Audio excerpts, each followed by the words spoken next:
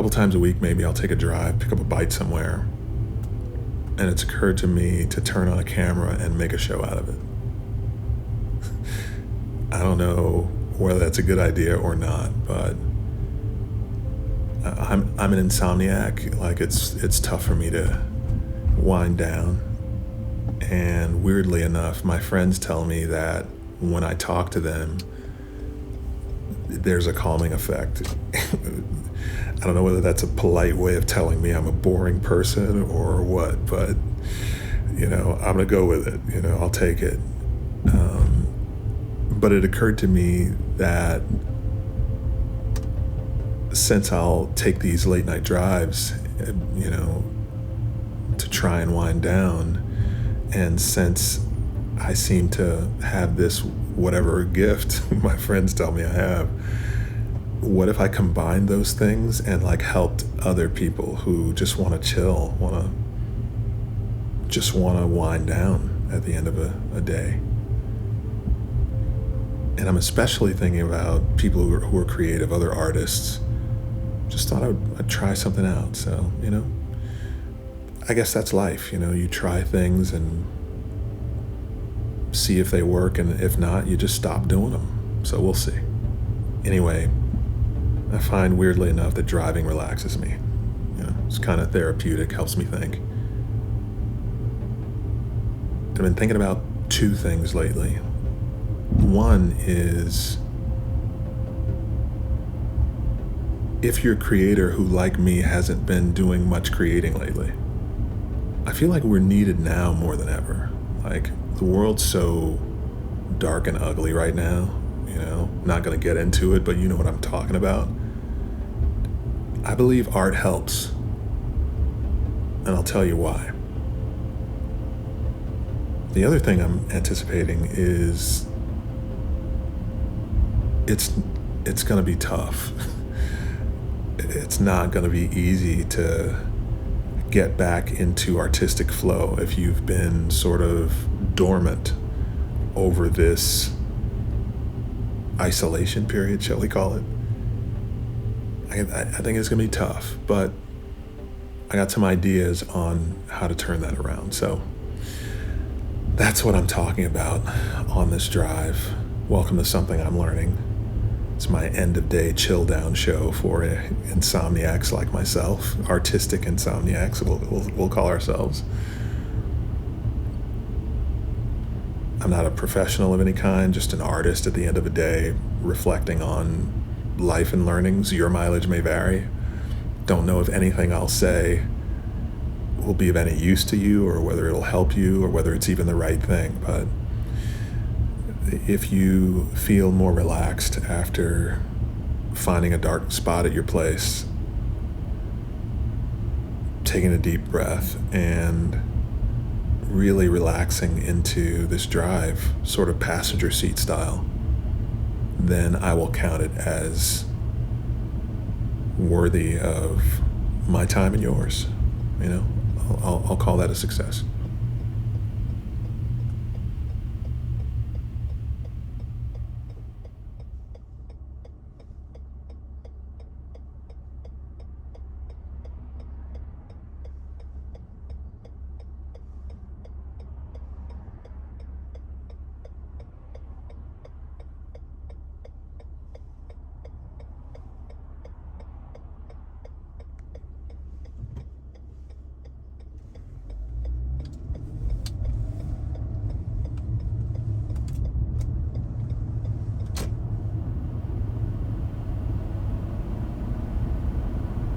Specifically, if you're a creative, visual artist, songwriter, choreographer, a music producer, a designer, painter, screenwriter, if you make things from thoughts, or even aspire to, my hope with Something I'm Learning is to help you feel not so weird or alone. Your job as a working creative is one of the most important on earth. You help people survive life. Because the way I see it, at the close of any business day in any country in the world, after all the chips are counted, The books are balanced, the children fed. Everyone needs to feel something meaningful to know they were even here. You know? And isn't that what great art seeks to give? Isn't that what your art seeks to give? What we creatives do isn't trivial. That's something I'm learning.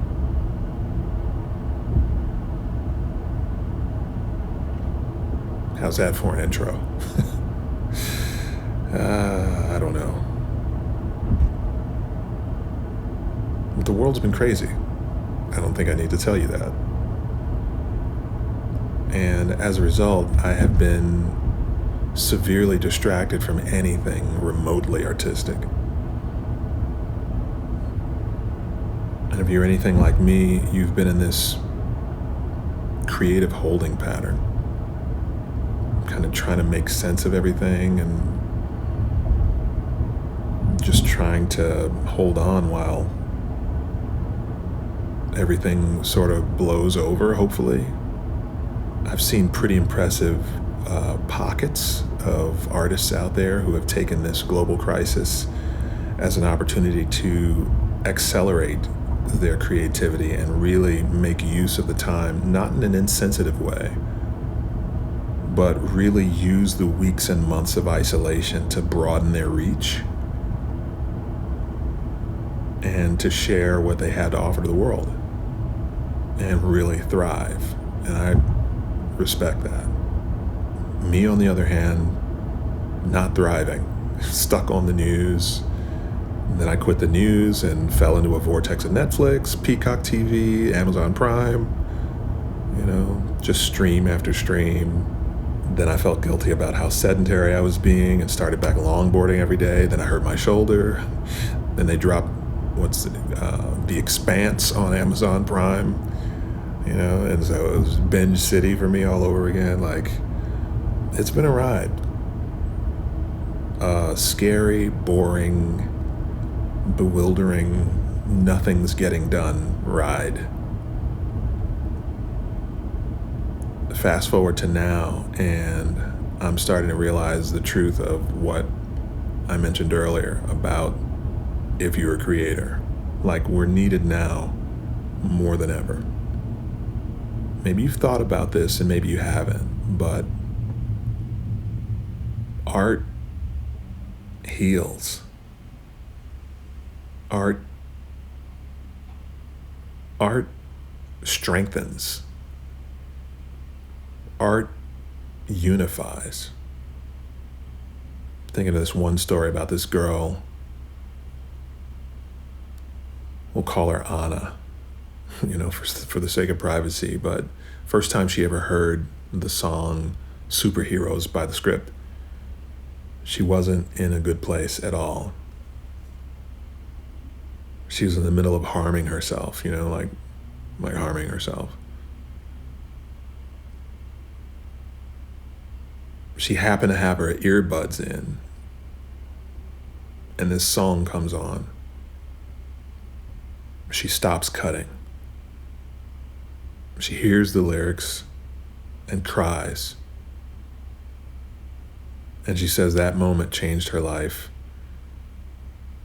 And now she's got the lyrics from that chorus tattooed over the scars on her arm. Art did that. I'm not sure a talk with even a good friend would have done that. Maybe no one in her life even knew. But art did that. Art found her, and art did that.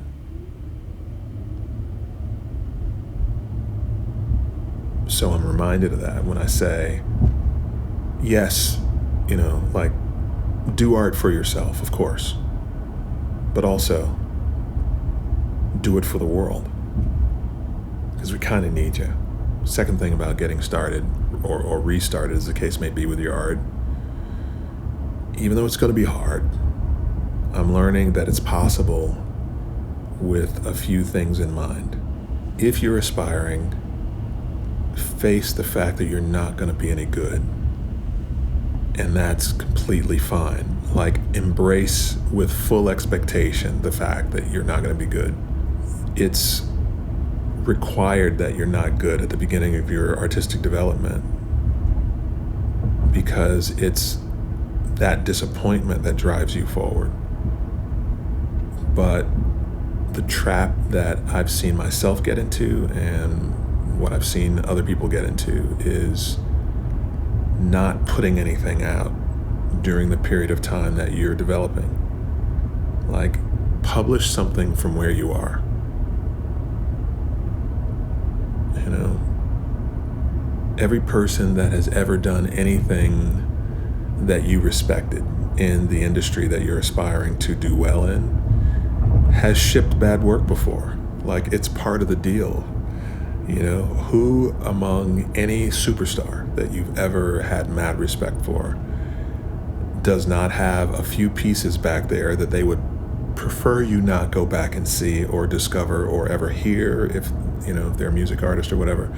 It's like, we all start from somewhere. Like,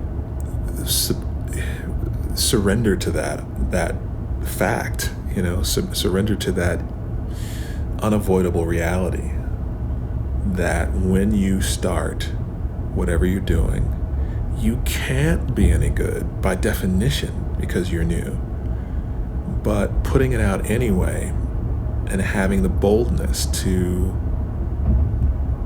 endure, you know, a bit of humiliation, you know, that comes with that, is super valuable.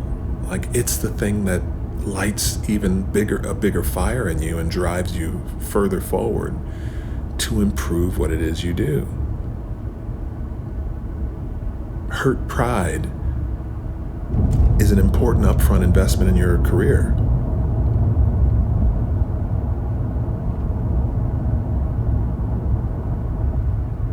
And one other thing I'm learning about getting back to your art or aspiring to be an artist in the first place is to maybe hide your stuff from your friends and family.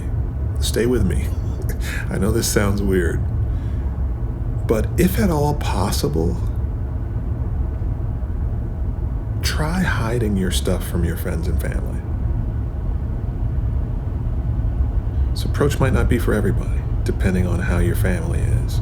But I'm saying, unless they're part of it, like your artistic partner or something, maybe it's too early for the influence of people who've already decided who you are to them. You know, family's kind of funny. You know, it's like you're either beyond amazing to them or you're completely no good and totally dreaming. Don't quit your day job. I can't believe, who do you think you are? LOL, ROFL, or worse, even worse, indifference. Complete indifference to what you're doing. Yeah. Just kills your drive, kills your joy. No, if you can, let art be your friend no one knows about. Let what you do and the time you spend together be between you and her for a while. Not forever, but for a while. Long enough for you to build a history deep and rich enough to withstand the unpredictable, sometimes irresponsible but well-meaning judgment of other people you care about. What your family and friends think of your art is completely meaningless. I know I may draw some fire for that, but honestly, they should not be your audience. It's too much to ask. What you're building, or should be building, is beyond the opinion of such a small group. Art is one of the few areas in life where the opinions of strangers are more valuable than the opinions of those you love. I'm not sure you will have heard that anywhere else but here, but I'm just offering that if you found it tough to get off the ground with your artistic efforts. Now, granted, there are super rare exceptions, unicorns, you know, family members who are capable of flatly objective feedback on your stuff. But for most of us, the world is your best judge.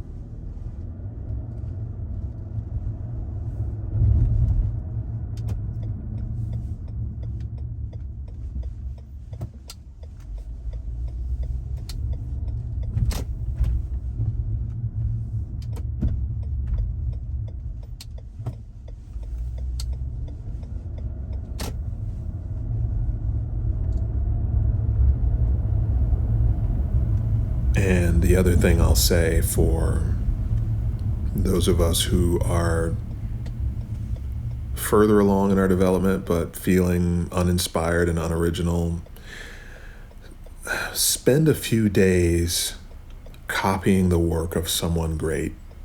A lot of people start out having the mistaken impression that there's something wrong with that. But, I mean, copying great work over and over is literally how you get better since the dawn of artistic time.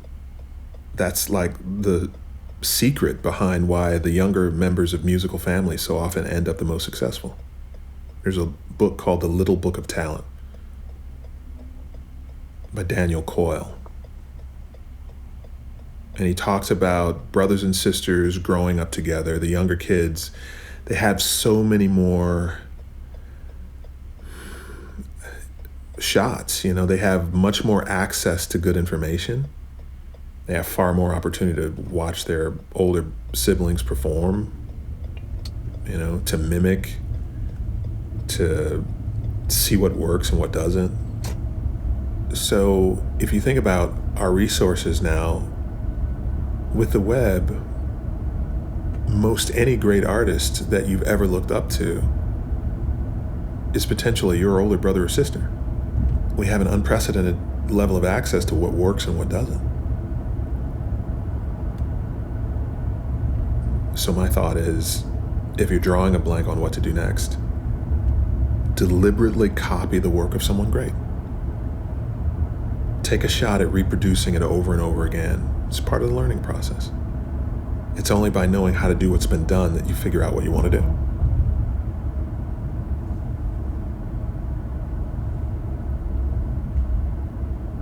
That author, Daniel Coyle, says, stare, steal, and be willing to be stupid. It's one of the great secrets of talent. It doesn't mean that you continue to, just copy great work for the rest of your life, obviously. Like, it's an exercise. And so as you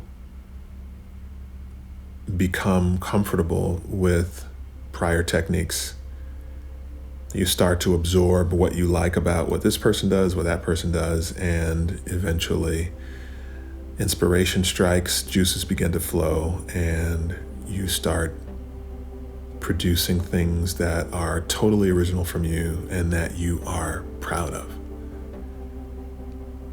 and that go on to help the rest of the world at large. That's something I'm learning. Till the next time we talk, I wish you courage. I wish you connection. I wish you inspiration. I wish you drive and passion. I wish you peace, inner peace. I wish you healing from what we've all endured. I wish you a short memory for the pain. I wish you a long memory for the people who have been generous to you and who have helped you survive to this point. I wish you insight as to how important your art is to the world. I wish you